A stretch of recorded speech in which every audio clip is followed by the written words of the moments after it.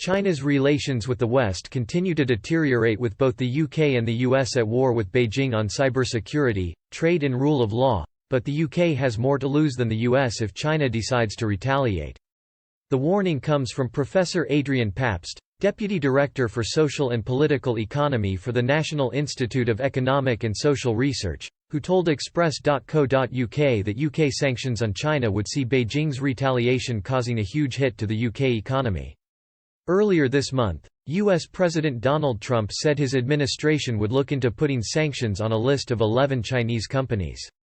Commenting on the consequences of the move on the UK and on Britain's potential intention to follow suit, Professor Pabst said, "We know that whenever there are US sanctions against countries or companies, there are some ripple effects because the US sanctions tend to not just affect individual countries, say, like Iran in the past, or Russia, or indeed companies, but also affecting all businesses that want to do any kind of business with those companies.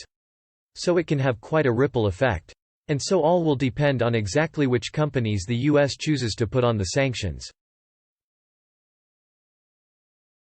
The UK has traditionally not gone for as extensive measures as the US. For instance, on Russia sanctions, the UK has tended to side with the EU on Russia sanctions, which would be more limited in scope than US sanctions against Russia. The same may be true in this case, where the UK might find itself actually more closely aligned with EU partners because it still wants to do some business with China or certain Chinese company. So again, much will depend on the politics and the political response to this, but certainly sanctions will have an effect. And if, again, in relation to sanctions or in response to sanctions, China decides to retaliate, perhaps much more than it has done so far on the Huawei decision in the UK, then, the predictions will be that things will get worse and that the economy will take a greater hit.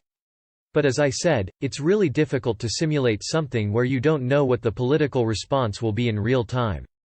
That's always going to be a limit of economic models, so we can't really overcome.